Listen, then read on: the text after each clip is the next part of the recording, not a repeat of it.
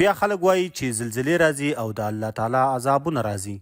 د الله عذاب به نه راځي. نن په کوهاټ کې د واده یو پروګرام شوی دی او په همدغه پروګرام کې اجراګان راوستي دي او دغه اجراګانو ګډه او فحاشي په یو جومات کې کړې ده.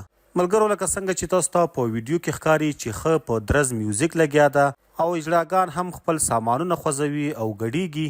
دا د واده پروګرام د خیبر پښتونخوا په کوهاټ ضلع کې ترسره شوی دی چې پکې بالکل د یو جومات په منځ کې اجراګان ګډوي او ښه په تیزه میوزیک هم لګیا ده. قدرمن دوستانو، په سوشل میډیا مختلفو کسانو دغه ویډیو په اړه مختلف نظرونه ورکړل. په سوشل میډیا بعضې خلک وایي چې دا په جومات کې نه ده جوړه شوې بلکې جومات یې ورسره خوا کې ده. خو که تاسو ته په ویډیو کې ښکاري دغه پروګرام او دغه اجراګان بالکل د یو مسجد د دیوال په څنګ کې ګډول شوي دي. په دغه مسجد کې قرآن کریم ایښی وي، نور اسلامي کتابونه وي. د الله کور دی او خلک دغه الله کور ته د عبادت لپاره ورځي. نو دوی دا هم کولی شوی چې دغه د فحاشي او د ګډا پروګرام یې د مسجد نه لږ په څنګ کړی وی.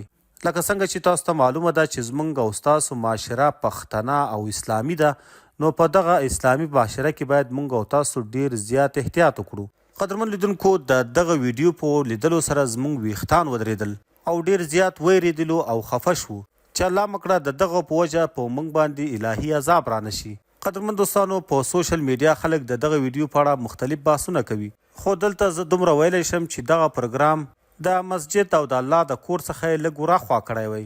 ملګرو، تاسو دغه ناروا عمل چې د خیبر پښتونخوا په کوهاټ ضلع کې شوی څه نظر لرئ؟